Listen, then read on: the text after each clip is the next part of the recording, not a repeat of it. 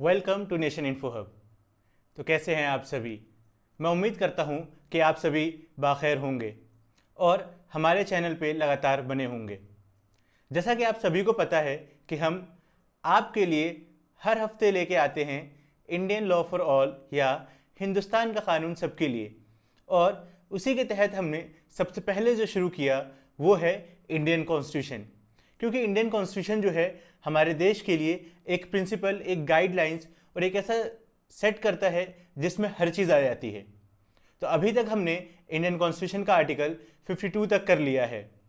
अब आगे जो हम करेंगे, जिसको हम समझने की कोशिश करेंगे, वो है इंडियन कॉन्स्टिट्यूशन का पार्ट 5, उसका है आर्टिकल 53। आर्टिकल 53 में क्या कहा गया है हम इस वीडियो में अच्छी तरीके से समझेंगे। तो चलिए आज हम आर्टिकल 53 को पढ़ते हैं और समझने की कोशिश करते हैं। जैसा कि आप सभी को पता है कि हमारा देश जो है वो बना हुआ है पार्लियामेंट्री सिस्टम पे, जिसमें हमने अपने हिसाब से नेता लोगों को हम पसंद करते हैं, उनको वोट देते हैं और फिर हम उनको भेजते हैं संसद भवन। संसद भवन में फिर उनका काम होता है कि वहाँ पर जाके वो कानून और कायदे बनाए और कुछ अमेंडमेंट हो, कुछ संशोधन हो, उन सबको लेकर आए, जिससे कि हमारे समाज में सुधार हो, हमारे समाज में कुछ अच्छाई आए। अब मैं आपको बता दूं कि कैसे हमारे कॉन्स्टिट्यूशन का आर्टिकल 52 जो है वो बात करता है प्रेसिडेंट को लेकर। अगर आपने अभी तक हमारा पिछला वीडियो आर्टिकल 52 नहीं देखा है तो हमारे चैनल के playlist Indian law for all पर जाकर आप देख लीजिए, क्योंकि इसी को आगे करता है आर्टिकल 53। आर्टिकल 53 बात करता है एग्जीक्यूटिव पावर्स को लेकर कि पावर्स किसके पास होंगी, पावर्स को कौन यूज़ करेगा, उसके काम किस हिसाब से किया जाएगा। तो इसको कहा जाता है एग्जीक्यूटिव पावर। और हमारे देश में हम देखते हैं कि प्रेसिडेंट जो है वो देश का पहला नागरिक के तौर पे जाना जाता है, वो हमारे देश का हेड माना जाता है, मुखिया माना जाता है। तो एक तौर पे एग्जीक्यूटिव पावर जो है वो इंडियन कॉन्स्टिट्यूशन का आर्टिकल 53 में बोला गया कि वो है प्रेसिडेंट के पास, वो चाहे तो डायरेक्टली और चाहे तो इनडायरेक्टली उसको यूज़ करे। लेकिन हम ज़्यादातर देखते हैं कि प्रेसिडेंट की जो पावर्स है वो उनके एजेंट्स यूज़ करते हैं। मतलब प्रेसिडेंट जो है, जो राष्ट्रपति हैं, वो अपने नीचे सब ऑर्डिनेट्स लोगों को चूज़ करते हैं और फिर प्रेसिडेंट के नाम पर वो लोग उनके पावर को यूज़ करते हैं और उसके हिसाब से सब काम होता है। तो इंडियन कॉन्स्टिट्यूशन का आर्टिकल 53 कहता है कि एग्जीक्यूटिव पावर्स, और इसको बारे में बताया। तो इंडियन कॉन्स्टिट्यूशन का आर्टिकल 53 कहता है executive power of the union, जिसका मतलब है कि यूनियन के पास क्या एग्जीक्यूटिव पावर्स है। हमारा देश जो है वो यूनियन ऑफ स्टेट्स है, जिसका मतलब है कि कई सारे यूनियन को, कई सारे स्टेट्स को मिलाकर एक यूनियन बनाया गया। अब उसी के तहत हमारे देश का जो मुखिया हुआ वो बना प्रेसिडेंट। अब प्रेसिडेंट के पास ये पावर दी गई है कि वो जो शक्ति है वो खुद से इस्तेमाल कर सकते हैं, पावर्स को खुद से यूज़ कर सकते हैं, या इनडायरेक्टली किसी और को दे सकते हैं वो अपने पावर्स को, जो उनके काम को कर सके।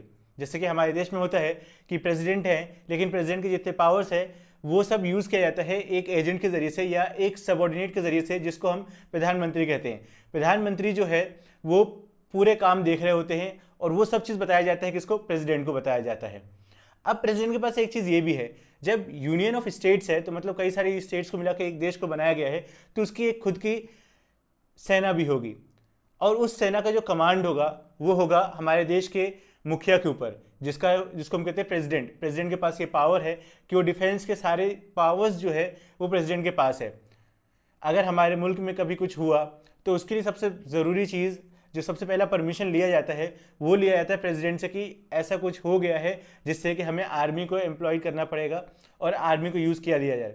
तो यहाँ पे जिससे परमिशन ली जाएगी वो है प्रेसिडेंट के पास से। अब executive power of the union में प्रेसिडेंट के पास और क्या क्या पावर्स है, तो उसमें हम सबसे पहले देखते हैं कि प्रेसिडेंट के पास ये पावर है कि हायर अथॉरिटीज़ में जिन किसी का भी अपॉइंटमेंट करना हो, जिनको भी उनके पद के लिए नॉमिनेट करना हो, उनको वहाँ पर बैठाना हो, तो उसके लिए जिसका सबसे ज़्यादा ज़रूरी चीज़ है वो प्रेसिडेंट का सिग्नेचर है। जब तक प्रेसिडेंट उस चीज़ को मानेंगे नहीं, मंजूरी नहीं देंगे, तब तक उनका अपॉइंटमेंट नहीं हो सकता है। फिर हम ये भी देखते हैं कि कैसे काउंसिल ऑफ मिनिस्टर्स बैठता है और उसको भी अपॉइंट किया जाता है प्रेसिडेंट के ज़रिए से। इवन जो प्रधानमंत्री है उनको भी पसंद किया जाता है तो प्रेसिडेंट के ज़रिए से। जिस पार्टी ने भी जीता है या जिस अलायंस ने भी जीता है और जिसको प्राइम मिनिस्टर बनाना चाहते हैं तो वो नाम देते हैं प्रेसिडेंट के पास और फिर प्रेसिडेंट उसको अपॉइंट करते हैं कि एज अ प्राइम मिनिस्टर।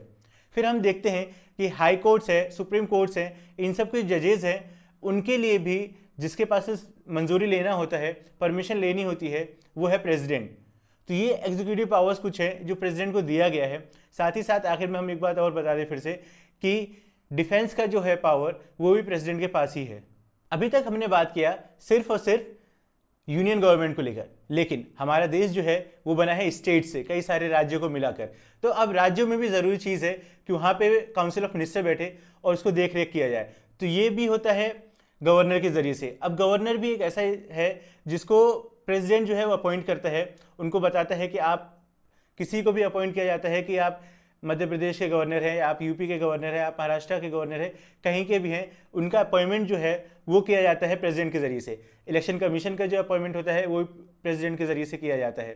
साथ ही साथ यूनियन टेरिटरीज जो है, जो डायरेक्टली यूनियन के अंडर आता है, सेंट्रल गवर्नमेंट के अंदर आता है, उसके लिए जो लेफ्टिनेंट गवर्नर हैं वो भी प्रेसिडेंट ही अपॉइंट करते हैं। उनको भी अगर मंजूरी देना है, उनके लिए अगर उनके पद को बैठाना है किसी को, तो वहाँ पर भी सिर्फ और सिर्फ प्रेसिडेंट का एक्शन ज़रूरी है, सिग्नेचर ज़रूरी है। आगे हम बढ़ते हैं तो हम देखते हैं कि प्रेसिडेंट के पास जो पावर्स है उसमें ये है कि हमारे देश का जब भी बजट सेशन शुरू होता है तो उसमें सबसे पहला जो एड्रेस होता है वो प्रेसिडेंट का होता है।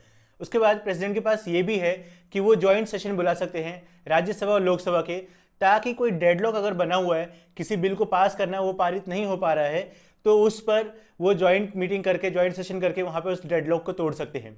उसके बाद हम देखते हैं कि हमारे देश में कई सारे पहले राज्य थे और उनको तोड़ तोड़कर, उनकी बाउंड्रीज को तोड़ तोड़कर दूसरे राज्य को बनाया गया। जैसे कि आंध्रा में से तेलंगाना को बनाया गया, बिहार से झारखंड को निकाला गया, उत्तराखंड को निकाला गया है उत्तर प्रदेश से। तो ये सब चीज़ों के लिए जो है बाउंड्रीज अलग की जाती है, जो अलग अलग स्टेट्स बनाए जाते हैं, या कुछ नाम रखा जाता है। तो ये काम भी प्रेसिडेंट के सिग्नेचर के साथ होता है, प्रेसिडेंट के मंजूरी के साथ होता है। हम देखते हैं कि कैसे 2019 में आया था जम्मू कश्मीर रीऑर्गेनाइजेशन एक्ट, जिसमें प्रेसिडेंट का सिग्नेचर हुआ और उसके बाद जम्मू कश्मीर को 2 हिस्से में बांटा गया, एक लद्दाख वाला दिया गया और एक जम्मू एंड कश्मीर किया गया। इसको भी कैसे किया गया, तो ये प्रेसिडेंट के पावर के जरिए से किया गया। अगर प्रेसिडेंट अपना पावर यूज़ नहीं कर रहे होते तो यहाँ पर जम्मू कश्मीर एक अभी भी पूरा एक राज्य होता, लेकिन प्रेसिडेंट ने वहाँ पे उस बिल के ऊपर साइन किया और वो एक्ट बना, जिसके बाद जम्मू कश्मीर 2 हिस्सों में बंट गया।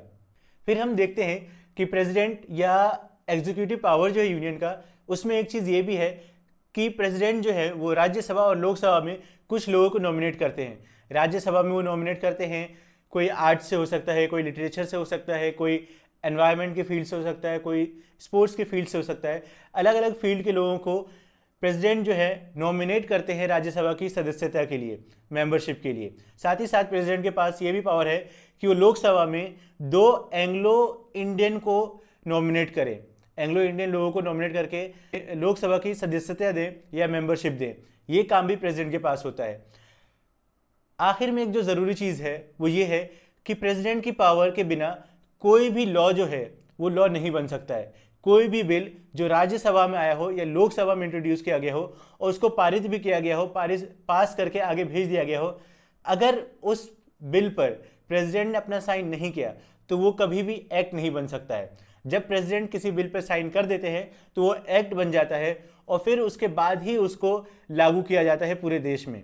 तो प्रेसिडेंट की ये कुछ पावर्स हैं जो एग्जीक्यूटिव पावर ऑफ यूनियन के तहत आता है, और ये है खास करके आर्टिकल 53 में। इंडियन कॉन्स्टिट्यूशन का पार्ट 5 जो है उसका आर्टिकल 53 जो है वो साफ साफ बोलता है executive power of the union, और उसमें बताया गया कि प्रेसिडेंट के पास क्या क्या पावर्स हैं और वो कैसे यूज़ कर सकते हैं।